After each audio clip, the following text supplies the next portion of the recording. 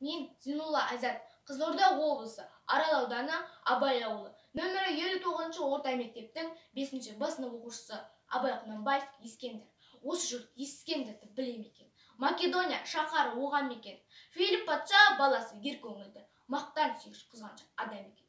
Филипп өлді, Ескендір патша болды, жасар ем 21-ге толды. Өз жұрты аз көрінді көршілерге, көз алартып қарады оңды солды.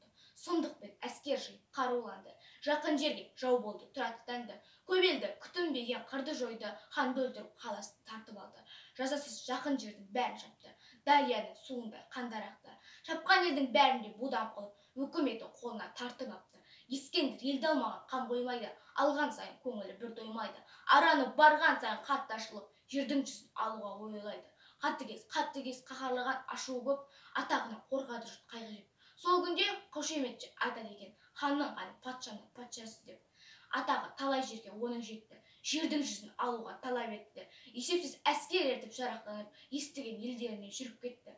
Алдынан шыға алмады ешкім мұның, бәрінде алды қорқытты жолдағының. Жан шықпады алдынан тоқтауы жоқ, жердің жүзін жеке билеп алмақшыны. Жүре бірес шөлге түсті, алып жүрген суының бәрін ішті. Адам хайуан бәрі де бірдей шөлдеп, басына Құдай салды қиын істі.